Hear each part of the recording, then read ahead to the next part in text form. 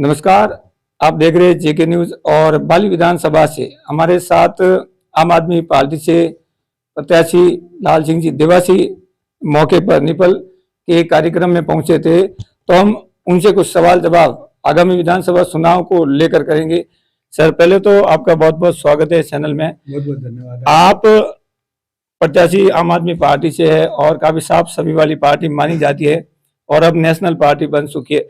बाली विधानसभा में मूलभूत समस्याएं हैं, वो है शिक्षा, सड़कें, पानी, बिजली और सबसे बड़ी समस्या है वो है कि जो छोटी जातियों के लोग हैं उन पर बढ़ रहे अत्याचार।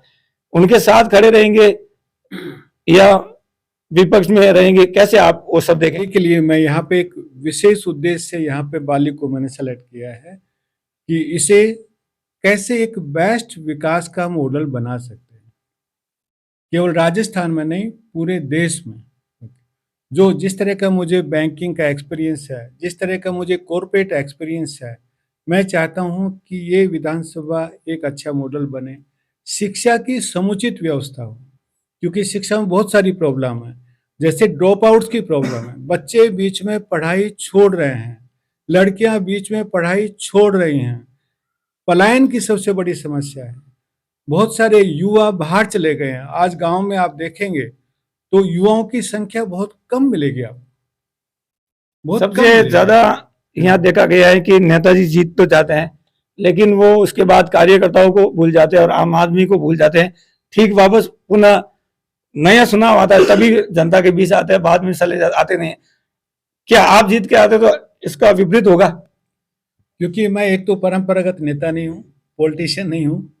मैं तो कॉर्पोरेट में था, तो कॉर्पोरेट में सिंपल सा है कि भाई गोल सेट करो और उसको अचीव करो। मेरे दिमाग में एक ही है कि भाई मेरा गोल क्या है। मेरा गोल है अपनी विधानसभा का डेवलप करना। तो गोल छोड़ के मैं तो जा नहीं सकता। मैंने लाइफ में यही सीखा है कि मुझे गोल बनाना है अपने विकास का और उसे अचीव करना है, छोड़ने का कोई सवाल ही नहीं है। आपने सब विधानसभाओं को छोड़कर बाली को ही अपना क्षेत्र क्यों चुना? क्या कुछ दिखा आपको कि आप बाली से चुनाव लड़ रहे हैं? मैं ऐसा एक क्षेत्र सेलेक्ट करना चाहता था जहाँ पे विकास नहीं हुआ हो। जैसे यहाँ शिक्षा का विकास नहीं हुआ, चिकित्सा की बहुत सारी प्रॉब्लम है, स्वास्थ्य की प्रॉब्लम है, सड़कों का प्रॉब्लम है, आपकी कनेक्टिविटी नहीं है, डिजिटल कनेक्टिविटी नहीं है, लोग बाहर जा रहे हैं, पलायन की समस्या है, अभी जैसे पानी की समस्या है, बिजली की समस्या है, रोजगार की सुविधा नहीं है, कोई भी बड़ा उद्योग नहीं है यहाँ पे, महिलाओं को रोजगार नहीं है। तो ये सारी समस्याएं हमारी इनकम लेवल को प्रभावित करती है। हमारी जो आय बढ़ेगी तभी तो हम लोग अच्छे अपने बच्चे पढ़ाएंगे, तभी तो हम आराम से रह पाएंगे, तभी तो विकास का एक मुद्दा होगा। इसलिए ये सारे जो मैंने कंपेयर किया बाकी से, तो मैंने सोचा जो सबसे जो पिछड़ा हुआ इलाका है उसी को मैं अपनी विधानसभा सेलेक्ट करूंगा, इसलिए मैंने बाली सेलेक्ट किया। कानून व्यवस्थाओं को लेकर आप क्या आगे करेंगे? क्योंकि कानून व्यवस्थाएं जितने भी हैं काफी खराब चल रही हैं और आए दिन आप देखते हैं कि कई अत्याचारों की घटनाएं सामने आ रही है राजस्थान पर से। ऐसे में आप कानून व्यवस्था को बाली में किस प्रकार देखेंगे अगर सुन के आते हैं तो? कानून व्यवस्था के लिए पहली बात तो ये है कि पुलिस और जो पब्लिक है उसके बाद बीच में क्या संवाद है, कि क्या क्या उनको सुरक्षा रखनी चाहिए। दूसरी बात यह है कि हम लोग टेक्नोलॉजी का कैसे यूज कर सकते हैं, क्योंकि हर घर में तो पुलिस पॉसिबल नहीं है। ओके, जैसे अभी अपने जो प्रवासी राजस्थानी हैं उनके माँ बाप बेचारे बूढ़े हैं, यहाँ पे घर में अकेले रहते हैं, उनकी सुरक्षा कैसे की जाए। तो तकनीकी का यूज बहुत इम्पोर्टेंट है कि अपने जैसे कैमरे का यूज हुआ या सिक्योरिटी सिस्टम का यूज हुआ, तो वो तकनीकी लाना बहुत ज़रूरी है, जागरूकता लाना बहुत ज़रूरी है। जैसे कोई भी घटना होगी, मान लीजिए ऐप है, तो यदि ऐप को दबाया तो सीधा पुलिस में इंफॉर्मेशन हो जाए। और उनमें जो वंचित वर्ग हैं, जैसे आपने बोला कि भाई कुछ लोगों पे हो रहा है, उनको संबल बनाना जरूरी है, कानून की जानकारी देना बहुत जरूरी है। शिक्षा के क्षेत्र में देखें तो लड़कियों के लिए कॉलेज नहीं है, काफी दूर दराज जाना पड़ता है, कई जगह रोड व्यवस्था नहीं है, रात रात भर देर तक वापस आना पड़ता है, वो समस्या बनी हुई है। और बच्चों के लिए नजदीक बाली में कोई अच्छा कॉलेज नहीं है। क्या शिक्षा को लेकर सबसे पहले बढ़ावा देंगे आप या कुछ नया करेंगे?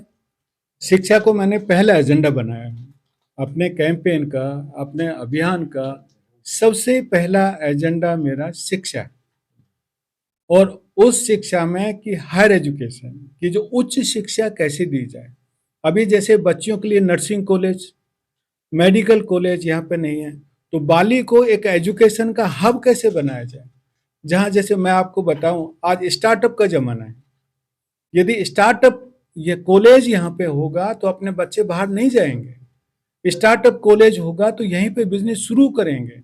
स्टार्टअप कॉलेज होगा तो नए नए आइडिया को वो इम्प्लीमेंट करेंगे। तो ऐसे कॉलेज मेरा खोलने का या प्रोत्साहित करने का कि भाई हमें ऐसी कॉलेज की डिमांड करेंगे। दूसरा जैसे टूरिज्म कॉलेज, ये नए नए मैं बता रहा हूँ, ट्रेडिशनल कॉलेज नहीं बता रहा, टूरिज्म कॉलेज। अपने टूरिज्म की कितनी सारी संभावनाएं, बहुत सारी संभावनाएं, लेकिन कॉलेज की जो बच्चे पढ़ के जाएंगे, कोर्स करके जाएंगे, वो अच्छे गाइड बन सकते हैं, अच्छे बिजनेसमैन बन सकते हैं, अच्छे टूरिस्ट का पैकेज दे सकते हैं। तो वो व्यवस्था भी करनी है। बाली विधानसभा 2 दशक से बीजेपी का गढ़ रही है और इसको पाली जिले का अंगन का पाव भी माना जाता है। इस बार आम आदमी है, कुछ निर्दलीय भी हैं और अपने आरएलपी भी लड़ रही है और आजाद पार्टी भी। ऐसे में आप अपनी पार्टी को किस तरह से देखते हैं और आप कैसे प्रचार में जुटे हैं? डोर टू डोर ही आप फिलहाल कार्यकर्ताओं से जुट रहे हैं? मुझे ऐसा लगता है कि अपना जो विकल्प है, अपना हमें जो जो एक मॉडल लेके आए, क्या हम लोगों तक पहुंचा सकते हैं। ओके, हम कोशिश करेंगे कि हर आदमी तक वो मॉडल पहुंचे, हर आदमी तक पहुंचे।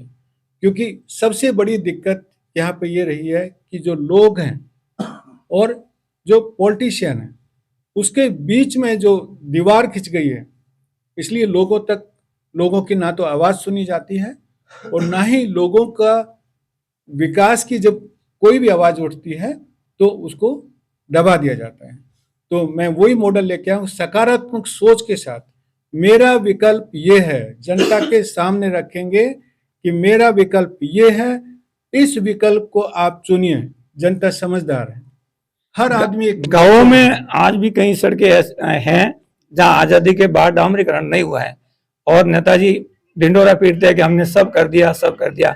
तो क्या वो गांव इन 5 साल के कार्यकाल में डामरीकरण सड़कों से जुड़ेंगे या फिर वही उनकी हालत रहेगी? देखिए, मॉनिटरिंग सिस्टम नहीं है।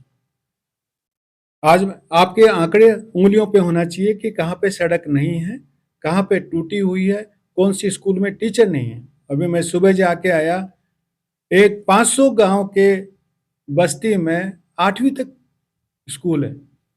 इस गांव में फिजिक्स और केमिस्ट्री के टीचर नहीं है, इसलिए जो 11वीं में 22 बच्चे थे वो 12वीं में 11 बच्चे रह गए। इसी तरह से मॉनिटरिंग सिस्टम नहीं है। ओके, पता ही नहीं है कि भाई प्रॉब्लम क्या है। गांव वाले बेचारे उठाते हैं तो उनकी प्रॉब्लम कोई सुनता नहीं है। ऐसी सड़कों के बारे में भी मॉनिटरिंग नहीं है कि भाई कौन सी सड़कें टूटी हैं, कितने समय में उनको पूरा करवाना है, और जहां बार बार टूटती हैं उसके लिए सॉल्यूशन क्या है, वो सबसे इम्पोर्टेंट। ये थे हमारे आम आदमी पार्टी से लाल सिंह जी देवासी जो हमसे जुड़े थे।